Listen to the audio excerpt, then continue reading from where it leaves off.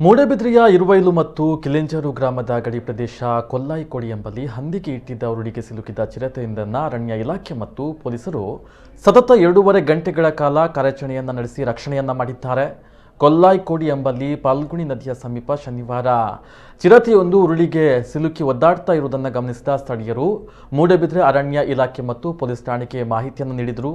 ವೈದ್ಯಕೀಯ ತಂಡದೊಂದಿಗೆ ಸ್ಥಳಕ್ಕೆ ಧಾವಿಸಿದ ಅರಣ್ಯ ಇಲಾಖೆ ಮತ್ತು ಪೊಲೀಸರು ಪೊದೆಯೊಳಗೆ ಸಿಲುಕಿ ಒದ್ದಾಡ್ತಾ ಇದ್ದ ಚಿರತೆಗೆ ಅರವಳಿಕೆ ಚುಚ್ಚುಮದ್ದು ನೀಡಲು ಮಾಡಿದ ಮೊದಲ ಪ್ರಯತ್ನ ವಿಫಲವಾಯಿತು.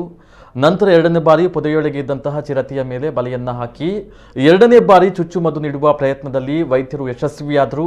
ಗಿಡಗಂಟಿಗಳ ನಡುವೆ ಅಲ್ಯೂಮಿನಿಯಂ ತಂತಿಯಿಂದ ಮಾಡಲ್ಪಟ್ಟಿರುವಂತಹ ಉರುಳಿನಲ್ಲಿ ಸಿಲುಕಿದ್ದ ಚಿರತೆಯನ್ನ ಯಾವುದೇ ಅಪಾಯವಿಲ್ಲದಂತೆ ಬಿಡಿಸಿ ಬೋನಿಗೆ ಸ್ಥಳಾಂತರಿಸಿ ಮೂಡಬಿದ್ರೆಗೆ ಸಾಗಿಸಲಾಯಿತು.